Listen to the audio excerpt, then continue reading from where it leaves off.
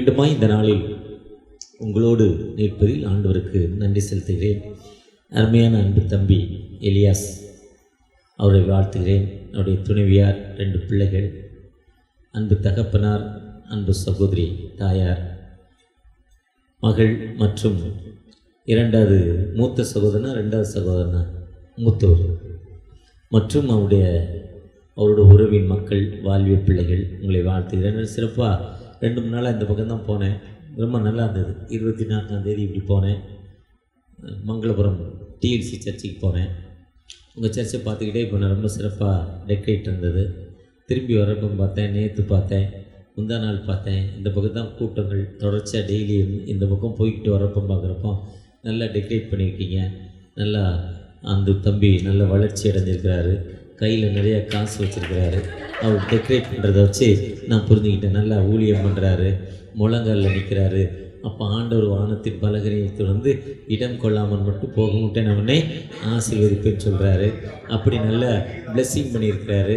அது மட்டும் இல்லை, அவருடைய துணைவியார், அன்பு மகள் கடந்த நாட்கள் ரெவரண்டுங்கிற பாஸ்டர் ஆர்டினேஷன் வாங்கினதாக சொன்னார்.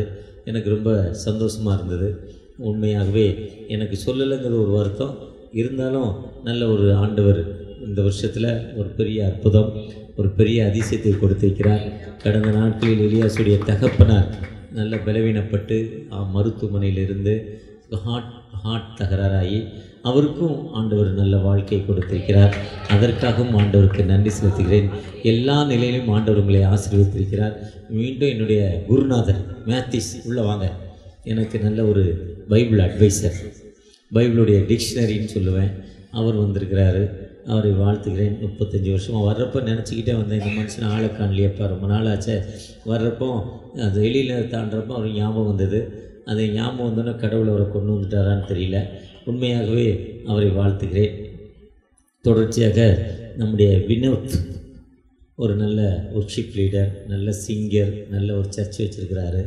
உண்மையாகவே அவருடைய துணைவியார், அவருடைய பிள்ளைகள், நல்ல வாழ்விய பிள்ளைகள், நல்ல பாடல் பிள்ளைகள், ஆண்டவருக்கு பயந்த பிள்ளைகள் இந்த பகுதியில் அவரும் வந்திருப்பதை குறித்து அவருக்கு நன்றி செலுத்துகிறேன். தொடர்ச்சியாக எலியாஸ், அடுத்த எலியாஸ் அது எதுக்கும் வைக்கப்படுறதில்லை. கடவுள் அழகாக சாட்சி சொன்னார், நல்ல சாட்சி. அதே தான் என் சாட்சி. வேனில் சேல்ஸுக்கு போவேன், பைக்கில் போவேன், முதல்ல சைக்கிளு, அப்புறம் லேம்ப்ரட்டா ஸ்கூட்ரு, அப்புறம் ஆட்டோ, அப்புறம் ஒரு காரு, அதுக்கப்புறம் வேனு. 407 வரையும் வந்தேன்.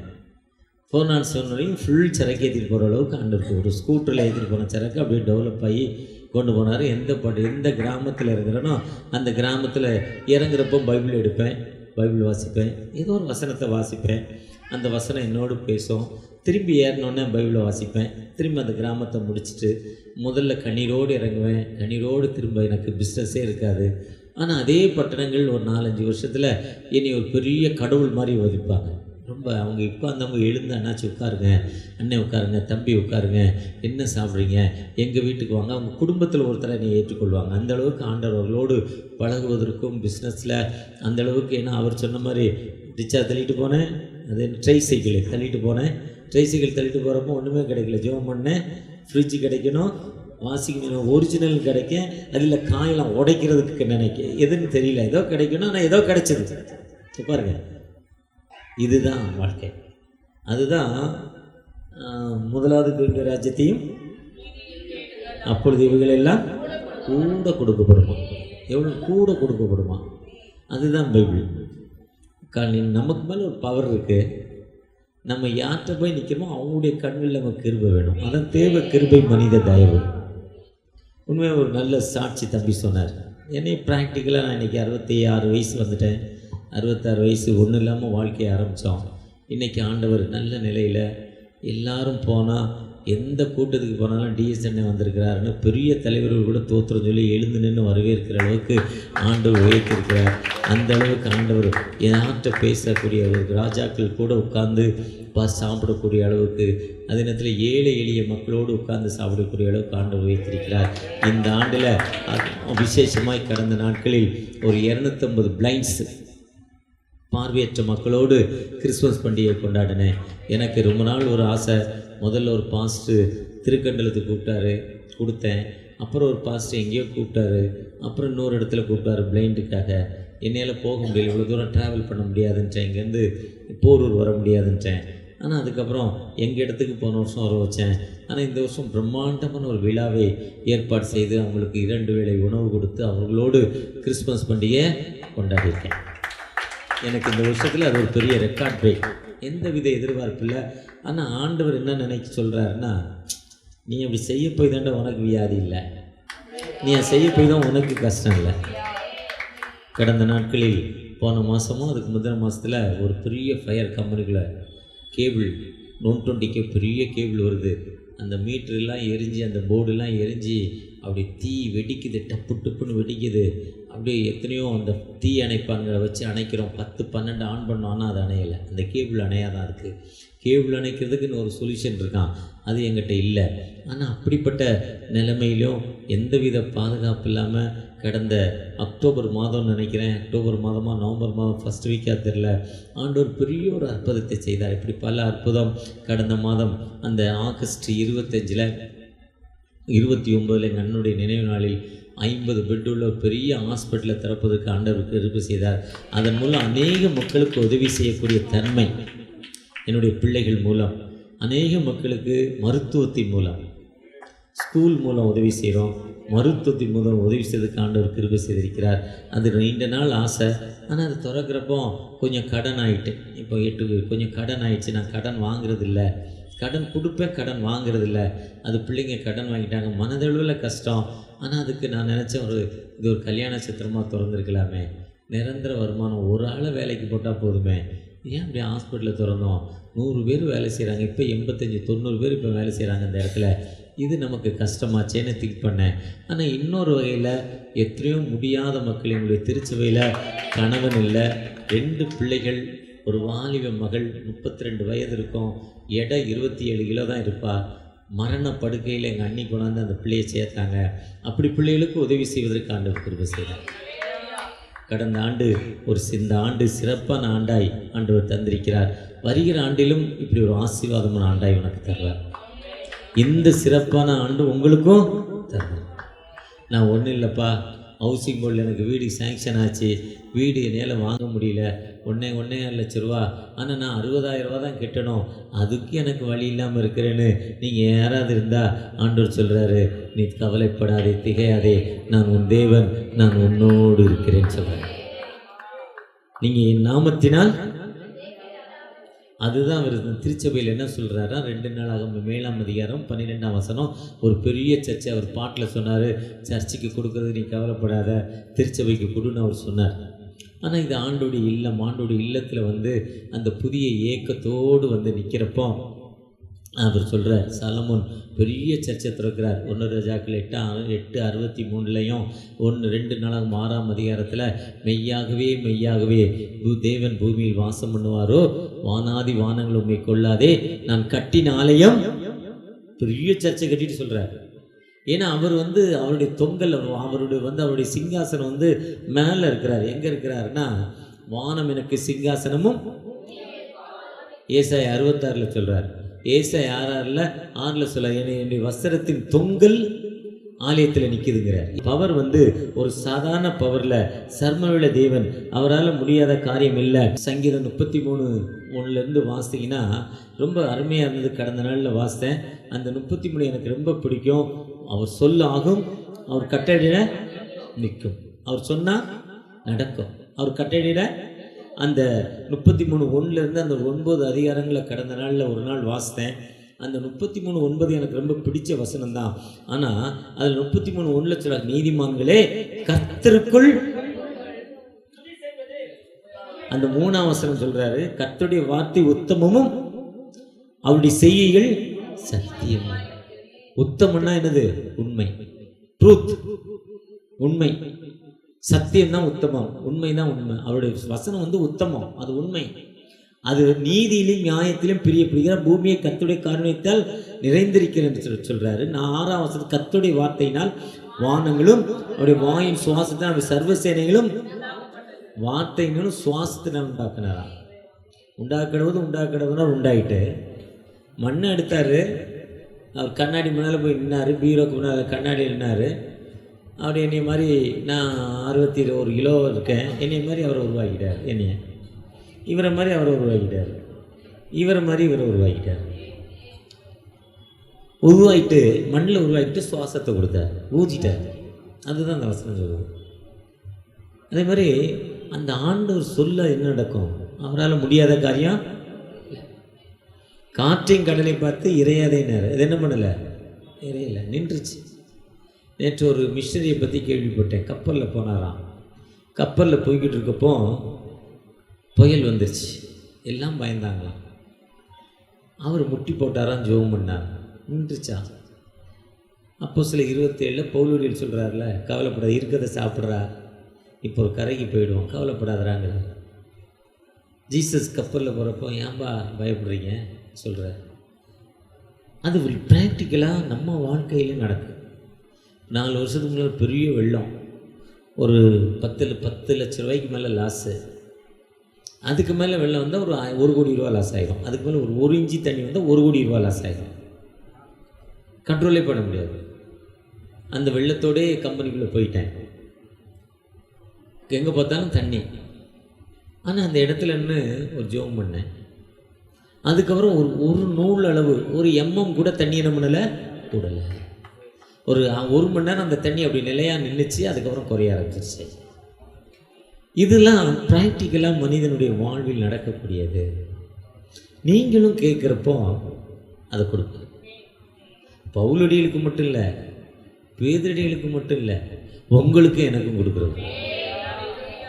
அவர்கிட்ட கேட்குற அந்த சாதாரண, அவர் சொன்னார்ல, அவர் அவ்வளோ படிச்சிருக்க மாட்டார், ஒரு சாதாரண மனிதர். ஆனால் ஆண்டவர் கொடுத்த தாளந்தை பயன்படுத்துகிறார். நேற்று பெரிய ஸ்டேஜில் நடு ரோட்டில் வெக்கப்படாமல் ஆடுறார். வெக்கப்படுறதில்ல. அவரும் அவருடைய தங்கச்சி பையனா, அக்கா பையனா, தங்கச்சி பையன், ஒரு சின்ன பையன், என்ன டான்ஸ் போடுறான் அவன். அவர் கூட ஸ்டெப் வைக்கிறான். அவன் தான் இவர் கற்றுக் கொடுத்துருப்பான்னு நினைக்கிறேன். அந்த அளவுக்கு அவனுடைய தாளந்து. ஆனால் இவர் ஆடுறதை பார்த்து எலியாசுடைய அப்பா அங்கே ஆடுறாரு தன்னாலே. நீங்கள் யாரும் திரும்பி பார்க்கல. அவர் எந்திச்சு ஆடினா ஒரு பிள்ளைங்க திட்டுமோன்னு தெரியல, அதனால எந்திச்சு ஆடலை. அவர் உட்கார்ந்து ஆட ஆரம்பிச்சிட்டாரு.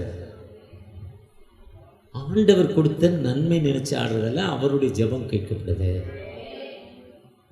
அவருடைய ஜெபம் நீங்களும் நானும் நினைச்சு கேட்கிறப்ப நம்முடைய ஜெபம் கேட்கப்படாதுன்னு ஒன்றுமே இல்லை.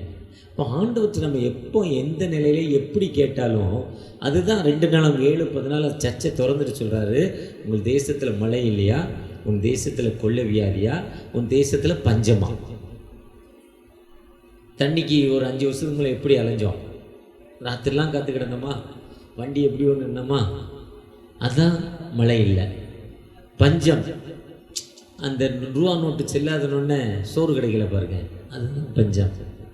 2016 நவம்பர் 8 ரூபா செல்லாதுன்னாங்க, கிடைக்கலையா. உன் தேசத்தில் கொள்ளை நோய், கொரோனா, யாராவது வெளியே வந்தோமா, இதெல்லாம் வந்ததா, நீ கவலைப்படாத, நீ என் நாமம் தரிக்கப்பட்ட மக்கள். அவருடைய நாமம்னா தொட்டிக்குள்ளே முக்கி தண்ணிக்குள்ளே முக்கி வெளியே வரப்போ கிறிஸ்துவின் நாமத்தை தலையில் போடுறோம்ல, பிதாக்கும். அதான் என் நாமம் தரிக்கப்பட்ட ஜனங்கள் தங்களை தாழ்த்தி. நம்ம ஹம்பிள் பண்ணணும். நம்ம யாருங்கிறத ஹம்பிள் பண்ணி தன்னை தாழ்த்தி என்னை நோக்கி ஜெபம் பண்ணி சின்ன விண்ணப்பம். இப்போ எனக்கு டீ கொடு, காஃபி கொடு, சோறு கொடு, இட்லி கொடு, இப்படிலாம் சொல்கிறேன். இதுதான் ஜெபம், கேட்பது தான் ஜெபம். ப்ரேயர்னால் வேறு ஒன்றுமே இல்லை. என்ன வேணும், அப்பாட்ட பென்சில் இல்லைப்பா, பென்சில் வாங்கி கொடுப்பாங்கிறோம்ல, ஓட்டுக்காட்ட கிறிஸ்மஸ்க்கு நல்ல ட்ரெஸ் ஒன்று வாங்கி கொடுயான்னு கேட்குறோம்ல, இதுதான் ப்ரேயர். ஹவுஸ் ஓனர்கிட்ட எங்கள் தண்ணி வரலங்க, அந்த பைப் ஓட்டை சரி பண்ணி கொடுன்னு கேட்குறோம்ல, இதுதான் ஜெபம். அப்போ நம்ம அப்பாட்ட எப்படி கேட்குறோமோ, அம்மாட்ட எப்படி கேட்குறோமோ, மற்றவங்கள்ட்ட எப்படி கேட்குறோமோ அப்படி கேட்பதான் ஜெபம். அப்போ நம்ம தகப்பனாகிய கடவுள்கிட்ட நம்ம கேட்பதான் ஜெபம். என்னை நோக்கி ஜெபம் பண்ணி அடுத்து என்ன சொல்கிறாரு, ஜெபம் பண்ணிவிட்டு ஒரு முகத்தை தேடணும். அங்கே இருக்கிறாரா இல்லையா, காணாமல் போயிட்டாரா, சீக் டு த ஃபேஸுங்கிறார். ஏன்னா துன்மார்க்கருக்கு கர்த்தர் தூரமாக இருக்கிறார். துன்மார்க்குடைய ஜெபம் கேட்கப்பட மாட்டாது. துர்க்கன்மார்க்குடைய பலி எனக்கு அருவருப்பானது. துன்மார்க்குடைய கொம்புகள் வெட்கப்படும். துன்மார்க்கன் தன் துன்மார்க்கத்தையும் அக்கிரமக்காரன் தனவைகளை விட்டு கர்த்தரிடத்தில் திரும்ப கடவன். ரிட்டன் டு மீ, என்னிடத்தில் திரும்பு, அப்படி நம்ம தேடுறப்போ ஆண்டவர் இல்லை, அப்போ என்கிட்ட ஏதோ ஒரு தவறு இருக்குன்னு நம்ம நினச்சி நம்ம பாவங்களை ஒப்பு கொடுத்துட்டு நம்ம அதை அறிக்கை விட்டுட்டு, ஏன்னா பாவம் இல்லாத மனிதனே உலகத்தில் இல்லை, அறிக்கை விட்டுட்டு தகப்பனே எனக்கு வாழ்வு கொடுங்கன்னு நீங்கள் கேட்குறப்போ ஆண்டவர் உடனே வாழ்வு கொடுக்க மாட்டேன், உடனே விடுதலை கொடுக்க மாட்டேன். உங்களுடைய ஜெபத்தை என்னுடைய ஜெபத்தை கேட்டு அப்பவே விடுதலை கொடுக்கும் ஆண்டவர். அதுதான் என் நாமம் தரிக்கப்பட்ட ஜனங்கள் தங்களை தாழ்த்தி.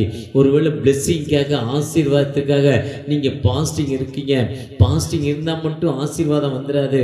பாஸ்டிங்கில் உன் பலிகளின் திரள் எனக்கு என்னத்திற்குங்கிறார் ஏசாயா 1ஆம் அதிகாரத்தில். அது எனக்கு அருவருப்புங்கிறார். வெறும் நீ ஒர்க்ஷிப் பண்ணி எலியா ஆடுற மாதிரி ஆடி, இல்லை அவர் ஆடுற மாதிரி ஆடி, இல்லை நான் பேசுகிற மாதிரி பிரசங்கம் பண்ணி, இதெல்லாம் எனக்கு அருவருப்பு. உன் பலிகளின் திரள் எனக்கு என்னத்திற்கு ஏசாயா 1ஆம் அதிகாரத்தில் இருக்குல்ல. உன் வீண் காணிக்கைகள் எனக்கு என்னத்திற்குங்கிறார். காணிக்க வேண்டாண்டாங்கிறார், போடாங்கிறார். உன் காணிக்கை எனக்கு வேண்டாம், வேண்டாம், வேஸ்ட். ஏன்னா அவர் சொல்றாரு சங்கீதம் 50:12, பூமியும் நிறைவும் என்னுடைய கர்த்தருடையது, என் பொருள் எனக்கு கிடைக்காதா, நான் தானே உருவாக்குனேன். மோசேட்ட சொல்லலையா, நான் மந்த நாக்கு திக்கு வாங்கினோன்னே இப்போ நான் தானப்பா உருவாக்குனேன். 2 கண்ணு, 2 மூக்கில் 2 ஓட்டை, ஒரு வாயு, ஒரு நாக்கு, நான் தானே. எனக்கு தெரியாதா? அது அவருக்கு தெரியும். நம்ம கொடுக்கணும் அவசியம் இல்லை. அவர் 5 அப்போ 2 வினை எத்தனை பேர் கொடுத்தாரு? 5000 பேர் கொடுத்தாரு. அவரால் முடியாது. நம்ம கொடுக்குறப்போ நம்முடைய மனது, நம்முடைய குவாலிட்டி தெரியும். நம்ம எப்படி கொடுக்குறோமோ அந்த மனது குவாலிட்டி. அப்போ ஆண்டுடைய முகம் இருக்கிறாரா தேடிட்டு, இல்லை என் ஜெபம் கேட்கப்படலை. ஏன் கேட்கப்படலை? நான் இவ்வளோ நாள் ஜெபம் பண்ணுறேன், எதுக்கு என் ஜெபம் கேட்கப்படலை? நீங்கள் பேசுங்க, ஆண்டவர் உடனே உங்களோட பேசுவார். இந்த தலைவர் இருக்கார். ஒரு நாள் எக்மோரில் ஒரு 15 வருஷத்துக்கு முன்னால் அவர் நானும் காரில் வர்றோம். பசி, ஒரு கடையில் இறங்கி மத்தியானம் 1:30 மணி டீ காஃபி சாப்பிட்றோம். ஒரு கேக்கும் காஃபி சாப்பிட்றோம். நான் கேக்கு சாப்பிடல, சுகர் நான் வேண்டாங்கிறேன். அவர் சொல்கிறார் ஜோம் பண்ணிட்டு சாப்பிடு, ஒன்றும் பண்ணாதுங்க, ஜோம் பண்ணிட்டு சாப்பிடு. எனக்கும் அது கிண்டல் பண்ணுற மாதிரி இருந்தது, கொஞ்சம் கஷ்டமாகவும் இருந்துச்சு. அடுத்த நாள் வாக்கிங் போய்கிட்டு இருக்கோம். அவர் சொன்னார் ஜோம் பண்ணிட்டு சாப்பிடுன்னு. அது ஒரு விசுவாசம். நானும் ஜெபம் பண்ணுறேன். எப்போ எனக்கு ஏன்பா சுகர் கொடுத்தேன்னு கேட்டேன் ஆண்டவர்கிட்ட. வாக்கிங் போய்கிட்டு இருக்கப்பவே அவர் ட்ரைசைக்கிள் தள்ளிட்டு போயிருக்கோம், ஏன் தொழில் கிடைக்கலன்னு கேட்டார்ல. இதே மாதிரி அப்பாட்ட பேசுகிறதுக்கு எப்போ டைமில் நடந்துக்கிட்டே பேசலாம், உட்காந்துட்டு பேசலாம், படுத்துக்கிட்டு பேசலாம், சாப்பிட்டுக்கிட்டு பேசலாம், எப்படியும் பேசலாம். எதுக்கு எனக்கு ஏன் சுகர் கொடுத்த? எல்லாம் இருக்குது, ஆனால் எனக்கு சாப்பிட்ற இது இல்லையாப்பான்னு கேட்டால் சொன்னார், நீ உன் நாக்கு ரொம்ப டேஸ்டி, அதுக்கு அதில் உப்பு, உரைப்பு, புளிப்பு எல்லாம் கரெக்டாக சொல்லிடுவ. நீ ஒரு சாப்பாட்டுறாம, நீ உட்கார்ந்த இடத்துலேருந்து 1 கிலோ ஸ்வீட் சாப்பிட்றாள், உட்காந்து காலையில் மத்தியானம் நைட்டு 3 வேளையும் 1 வாரம் தொடர்ச்சியாக பிரியாணி சாப்பிட்றாள். அப்படி சாப்பிட்றப்போ உனக்கு கொலஸ்ட்ரால் அதிகமாகி ஹார்ட் அட்டாக் செத்து போயிருப்பேன். ஹார்ட் அட்டாக் இதுக்கு தான் உனக்கு சுகர் வியாதி கொடுத்துருக்கேன். எதுக்கு சுகர் வியாதி? நீ உயிரோடு இருக்கணும். நீ உயிரோடு இருக்குன்னா சாப்பாட்டை குறைக்கணும். இல்லை சாப்பாட்டில் உனக்கு என்ன பண்ணியிருக்கேன்? சுகர் வியாதி கொடுத்துருக்கேன். எனக்கு என்னுடைய நினைவுகள் உண்மைதான், அது கரெக்டு. முந்தா நாள் கிறிஸ்மஸ்ஸு, கொஞ்சம் தான் பிரியாணி சாப்பிட்டேன். கொஞ்சம் பாயாசம் கொடுங்களேன்னு கொஞ்சம் கொடுத்தாங்க, நல்லா இருந்தது. கிட்டத்தட்ட ஒரு 200 ml குடிச்சிட்டேன். அப்புறம் ஏன்னா நல்லா இருக்க பொருள் என்ன பண்ண மாட்டேன், கண்ட்ரோல் இல்லாமல் போயிடும். இதுக்கு தான் வியாதி. இதுதான் ஆண்டவரோடு பேசுகிறப்ப நம்முடைய தவறுகளை சுட்டி காட்டும் ஆண்டவர். எதுக்கு என் வாழ்க்கையில் பிளெஸிங் இல்லை? எதுக்கு என் கணவர் கூட சண்டை? நான் ஏன் குவார்ட்டர்ஸ் வாங்கலை? நான் ஹவுசிங் போர்டு என் நேரம் ஏன் வாங்க முடியல? இருக்கிற ஹவுசிங் போர்டை என் நேரம் என்ன பண்ண முடியல, காப்பாற்ற முடியல. எதுக்கு என் மகளோடு எனக்கு உறவு இல்லை? எதுக்கு என் மகனோடு உறவு இல்லை? என் வாழ்க்கையில் எதுக்கு எனக்கு வியாதி? எதுக்கு கண்ணீர்? என் வாழ்க்கையில் ஏன் வளர்ச்சி இல்லை? நீ கடவுள்கிட்ட கொஸ்டின் பண்ணுறப்போ, கேள்வி கேட்கிறப்போ பதில் சொல்லும் ஆண்டவர். அவர் கேள்விக்கு பதில். கேள்வி எங்கே, பதிலும் அங்கே பிறந்துச்சு. கேள்வி பிறந்தவுடனே பதில் பிறந்துடும். நம்ம கேள்வி கேட்கிறப்போ ஆண்டவர்கிட்ட எதுக்குப்பா எனக்கு இல்லைன்னு இங்கே கேட்கிறப்போ இந்த உபவாச ஜெபத்தில் இந்த ஆசீர்வாதமான அதான் தலைப்பு. அவர் வேற வசனமே அதில் போடலை. நான் அந்த வசனத்தின் அடிப்படையிலே பேசிட்டேன். அவர் அந்த வசனமே போடல. காலையில் தான் அவர் நேற்று வரையும் ஃபோன் பண்ணல, ராத்திரி தான் தேடினேன். இவர் என்னப்பா போடலையே, நம்மளை மீட்டிங் கூப்பிடலையே, மீட்டிங்னு டைரியில் எழுதியிருக்கமேன்னு. அப்புறம் அவர் வாட்ஸ்அப் தேடினா நோட்டீஸ் போட்டிருக்காரு. அப்போ தான் போட்டிருக்காரு நோட்டீஸை. அவர் நோட்டீஸ் போட்டு 3வது நிமிஷம் நான் தேடிட்டு பார்க்குறேன். ஆனால் ஆசீர்வாதமான உபவாசத்தை பிளெஸ்ஸிங், ஆசீர்வாதம். ஆண்டவர் எப்போதுமே நம்மளை பிளெஸ் பண்ண மாட்டேன். எப்பொழுதும் நம்மோடு கடந்து வந்து நமக்கு வாழ்வு கொடுக்கும் ஆண்டவர். அந்த ஆண்டவரை நோக்கி பார்க்கிறப்போ என்றும் ஆனந்தம் என் இயேசு தருகிறார். அல்லேலூயா, ஆனந்தமே, அல்லேலூயா, ஆனந்தமே. நம்ம எப்பவுமே அவர் ஆசீர்வதிக்கும் ஆண்டவர். ஒரு அப்துல் கலாம் பற்றி காலையில் ஒரு வாட்ஸ்அப்பில் மெசேஜ் கேட்டேன். அவர் எப்போவுமே ஸ்கூல் பிள்ளைங்களோடு பேசிட்டு ஸ்கூல் பிள்ளைங்களோடு உறவாடுவது வழக்கம். ஸ்கூல் பிள்ளைகளுக்கு சில ஒரு பொண்ணுக்கெலாம் அவர் நம்பர் கொடுத்து போனாராம். ஜனாதிபதி ஆகும் முன்ன அந்த பொண்ணுக்கு நம்பர் வச்சுருந்தா அதனுடைய குழந்தை திருமணம், அதுக்கு குழந்தை திருமணம் ஃபிக்ஸ் பண்ணிட்டாங்க. அந்த பொண்ணு படிக்க ஆசை. அப்போ அப்பா அம்மா கண்டிஷன் என்ன சரின்னு தெரியல, ஸ்கூல் ஃபீஸ் கட்ட முடியல. அப்போ அது எப்போவோ ஒரு கார்டு கொடுத்துட்டு போனார். அப்போ ஃபோன் இல்லை, செல்ஃபோனில் கார்டு, விசிட்டிங் கார்டு. அவர் ஜனாதிபதி ஆகும் முன்னே, ஜனாதிபதி ஆன பிறகு அந்த சம்பவம். அந்த ஃபோன் அந்த கார்டு எடுத்துகிட்டு அந்த மெயிலுக்கோ இதுக்கோ ஒரு மெயில் போட்டுச்சான். உடனே அவர் அந்த பர்டிகுலர் எஸ்பியை கூப்பிட்டு, இது பெரம்பலூரில் நடந்த சம்பவம், பர்டிகுலர் எஸ்பியை கூப்பிட்டு இந்த இடத்துல போய் அந்த பொண்ணுக்கு சரி பண்ணுன்னு சொல்லி, அந்த எஸ்பி ஒரு நல்ல பேச்சாளர். இப்போ அவர் பேர் ஏதோ பேர் மறந்துட்டு நல்லா பேசுவார். வாட்ஸ்அப்பில் நிறைய கருத்து சொல்லுவார். என்னுடைய செய்திக்கு யூஸாக இருக்கும். அது நிறைய கருத்து. உடனே அவர் போய் அங்கே இருக்க எஸ்பி டிஎஸ்பிகிட்ட சொல்லி, இன்ஸ்பெக்டர் சொல்லி போய் பார்த்து அவங்க பேரண்ட்ஸ்கிட்ட கவுன்சிலிங் கொடுத்து அந்த பிள்ளை படிக்க ஃபீஸ் இல்லை, ஃபீஸ் கட்டி படிக்க வச்சாங்க. அந்தளவுக்கு அப்துல் கலாமுடைய குவாலிட்டி. இந்த பிள்ளைகள் அப்படியே அவர் ஸ்கூலில் பேசிகிட்டு இருக்கோம். முடிஞ்ச பிறகு டிஸ்கஸ், கேள்விகளுக்கு இவர் பேசுகிறத வச்சு கேள்விகளுக்கு பதில்.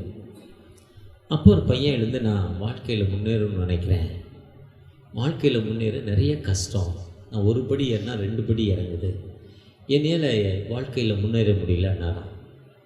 அப்போ அவனுக்கு ஒரு சின்ன குட்டி கதை சொன்னாராம். தம்பி, ஒரு குட்டி கதை என்னென்னா, ஒரு காட்டில் நிறைய பறவைகள், எல்லா விதமான பறவைகள், குருவி, மைனா, கிளி, எல்லா காக்கா, எல்லா பறவைகள் இருக்கு. திடீர்னு காடு இருட்டுச்சு, மழை இடி இடிச்சுது, மழை வந்துச்சு. அப்போ பறக்க கற்றுக்கிட்டு இருக்கிற அந்த பறவைகள் பறந்து போக முடியாமல் ஒரு இடத்துல போய் தங்கிக்கிட்டு, பறக்கக்கூடியவை தன் கூட்டுக்கு போயிடுச்சு. கூட்டில் போய் தங்கிக்கிட்டு, அது கூடு கொஞ்சம் தூரத்தில் இருக்கும். ஒரு கூடு தான் ஒரு ஆளுக்கு, 2 கூடு வச்சுக்காது. வாடகை கூடு விடாது. கூடு கட்டி நம்மள மாதிரி வீடு வாடகை விட்ட மாதிரி அதுக்கு விடாது.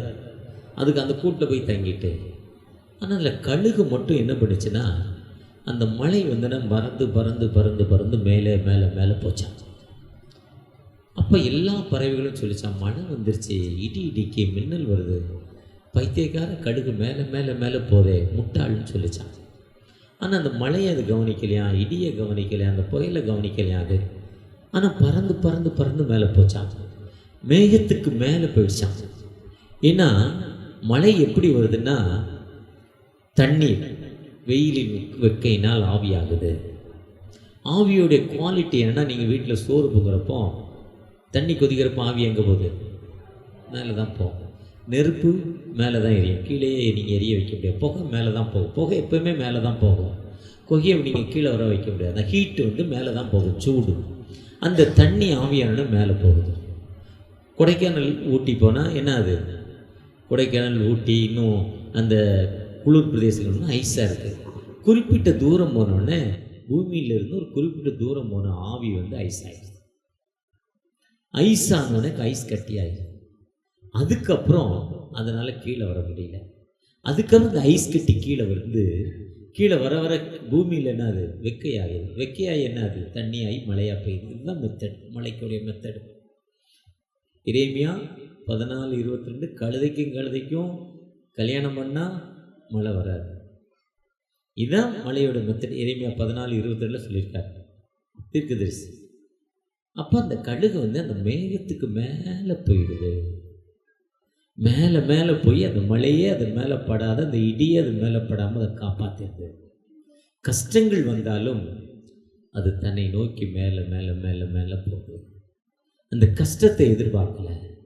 வாழ்க்கையில் எவ்வளவோ வேதனைகள் உண்டு, துன்பங்கள் மத்தியில் முழங்கால் போட்டு தகப்பனே எனக்கு வாழ்வு கொடுங்க, நீங்கள் என்னை பிளஸ் பண்ணுங்க தகப்பனே, உங்களுடைய கிருபை எனக்கு தாங்க தகப்பனே நீங்கள் கேட்குறப்போ உங்கள் மனதின் பாரங்களை ஆண்டவர்கிட்ட சொல்கிறப்போ அதுதான் மத்தேயு 11:28 வருத்தப்பட்டு பாரம் சுமக்கிறவர்களே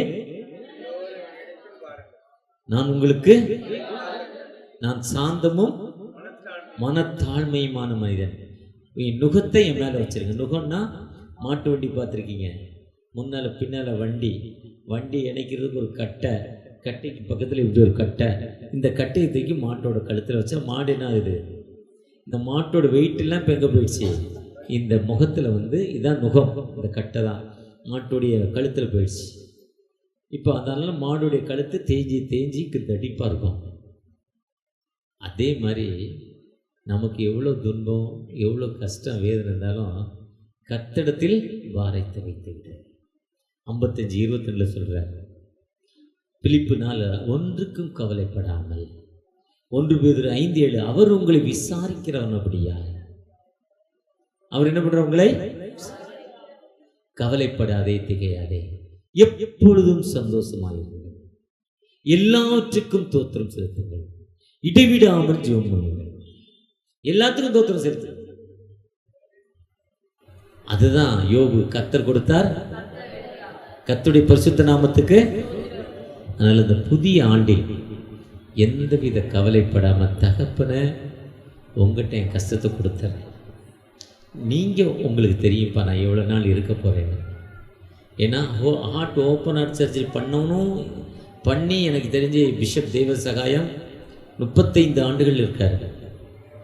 பண்ணி ஃபெயிலியர் ஆனி செத்து போகிறவனும் இருக்கான், பண்ணாமல் இருக்கவனும் இருக்கான், பண்ணவனும் செத்துப்பான். இப்போ தான் வரப்போ ஒரு பாப்பா பேசிச்சு, அந்த ஒரு பெரிய மிஷினரி, ரிட்டையர்டு ஐஎம்எஸில், ஜேம்ஸ் வெப்ஸ்டர் பெயர். ஊழியத்தில் இன்றைக்கி கிறிஸ்மஸ் கொண்டாட்டங்களில் சத்தீஸ்கர் ஒடிசாவில் ரொம்ப கிறிஸ்தவ மக்கள் தாக்கப்பட்டிருக்காங்க. அந்த கிறிஸ்மஸ் கொண்டாட்டம் இவ்வளோ கிறிஸ்தவர்கள் ஆகிட்டாங்கன்னு உங்களுக்கு கஷ்டமாயிடுச்சு. எங்கே ஒடுக்கம் இருக்கோ உத்தரப்பிரதேஷ், மத்திய பிரதேஷ், சத்தீஸ்கர், ஒடிசா, இங்கெல்லாம் கிறிஸ்தவருடைய எண்ணிக்கை 10 விழுக்காடுக்கு மேலே போயிடுச்சான். அதனால தான் அவங்க போய் அடித்தாங்க. சன் நியூஸில் பார்த்தா போட்டாங்க, பாலிமரில் போடலன்னு நினைக்கிறாங்க, புதிய தலைமுறையில் போட்டாங்களே எனக்கு தெரியல. அந்த கிறிஸ்தவர்கள்லாம் தாக்கப்படுறாங்க. அப்படி தாக்கப்பட்ட இடத்துல ஒரு ஊழியம் செஞ்சார். அவர் கடைசியாக கொஞ்சம் நெஞ்சு வலிக்கினாராம். அந்த பொண்ணு அப்பா டாக்டர்கிட்ட போகுது, மூத்த பொண்ணு அதான் இப்போ ஃபோனில் பேசிச்சு. அவர் இல்லைம்மா, கிறிஸ்மஸ்க்கு 3 மெசேஜ் இருக்குது, நியூ இயருக்கு 2 மெசேஜ் இருக்குது, 3 மெசேஜும் ஃபுல்லாக ஆர்டர் ஆஃப் சர்வீஸ் சிஎஸ்ஐயில், அடுத்துட்டு ஃபுல்லாக ஆனாயினா அவர் ஒரு ஐயர் ரெவரண்டு, அதை முடிச்சுட்டு நான் வரேன்மான்னாராம். அந்த கடந்த 18ஆம் தேதி ஒரு சர்ச் டெடிகேஷன், எங்களுடைய ஃபேமிலியில் ஒரு அமௌண்ட் கொடுத்த சர்ச்சை, அது போகிறாரு. அதை முடிச்சுட்டு கால் டேக்ஸில் வீட்டுக்கு வராரு. இந்த கால் 11 துண்டாக உடஞ்சது அவருக்கு. இந்த கால் இப்படி மடக்க முடியாது அவரால், 11 துண்டாக உடஞ்ச கால். அது வந்து வீட்டிலேருந்து மகா கூட போய் ராத்திரி 11 வரையும் பேசிக்கிட்டு இருந்தாராம். காலையில் எழுந்தும் பேசினாராம் 6 மணிக்கு, 8 மணிக்கு பார்த்தா இறந்துட்டார்.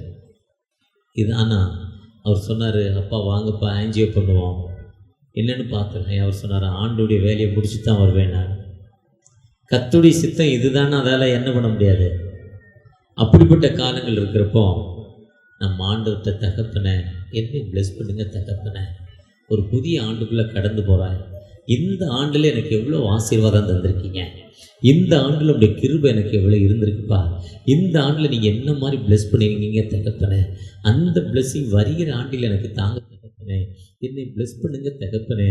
உம்முடைய கிருபை எனக்கு தாங்க தகப்பனே. உம்முடைய இரக்கத்தை எனக்கு தாங்க தகப்பனே. நீங்க கேட்கிறப்போ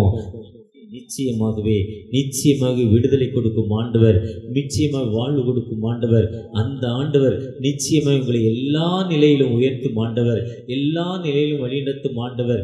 அந்த ஆண்டவர்கிட்ட தகப்பனே, இந்த புதிய ஆண்டில் ஒரு புது பிளெஸிங்கோடு நான் கடந்து போனப்பா, உங்களுடைய கிருபை எனக்கு தாங்க தகப்பனே, உங்களுடைய இரக்கத்தை எனக்கு தாங்க தகப்பனை நோக்கி பார்க்கிறப்போ நிச்சயம் அந்த புதிய ஆண்டு புதுவிதமான ஆசீர்வாதங்களோடு ஆண்டவர் எல்லா நிலையிலும் உங்களை உயர்த்தி உங்களுக்கு விடுதலை கொடுப்பதற்கு ஆயத்தம் தகப்பனாய், எல்லா நிலையிலும் ஆசீர்வதி உயர்த்தும் தகப்பனாய் அந்த ஆண்டவர் நம்மோடு கடந்து வந்திருக்கிறார்.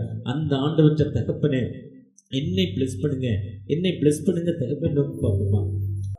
பெதஸ்தா குளத்துல 38 வருடம் வியாதி உள்ள மனிதன் ஏம்பாங்க இருக்கிறேன்னு கேட்கிறப்போ, ஐயோ ஹோன்லி பிரசன், எனக்கு உதவி செய்ய யாருமே இல்லைன்னு சொல்லும் பொழுது ஒரு படுக்கை எடுத்துக்கொண்டு நடன்னு சொன்னீங்கப்பா. கெட்ட வாக்குன்னு சொன்னீங்க. வார்த்தை கீழ்ப்படி நடந்த ஒரு பெரிய விடுதலை அவருக்கு கிடைச்சது தகப்பனே. அந்த ஆசீர்வாதத்தோடு இந்த பெதஸ்தா குளம்ங்கிற உடைய இல்லத்துல நாங்கள் இறங்கி நிற்கிற உங்களுடைய வல்லமை எங்கள் மத்தியில, உங்களுடைய அபிஷேகம் எங்கள் மத்தியில, உங்களுடைய கிருபை எங்கள் மத்தியில. எந்தவித வியாதி இருந்தாலும் அந்த வியாதியின் மத்தியில இதோ நாங்கள் உட்கார்ந்து இருக்கிறேன், நான் பாடி இருக்கேன், ஆடி இருக்கேன். ஆனா வீட்டுல என்னுடைய தகப்பனாருக்கு, என் தாய்க்கு இப்படிப்பட்ட ஒரு வியாதி நிமித்தம் அவங்க துக்கப்படுறாங்க, அவங்களுக்காக ஜெபிக்கிறேன். என்னுடைய மாமாவுக்கு இப்படிப்பட்ட ஒரு வியாதி இருக்கு, அந்த வியாதியிலிருந்து என் மாமாவுக்கு ஒரு விடுதலை கிடைக்காதா?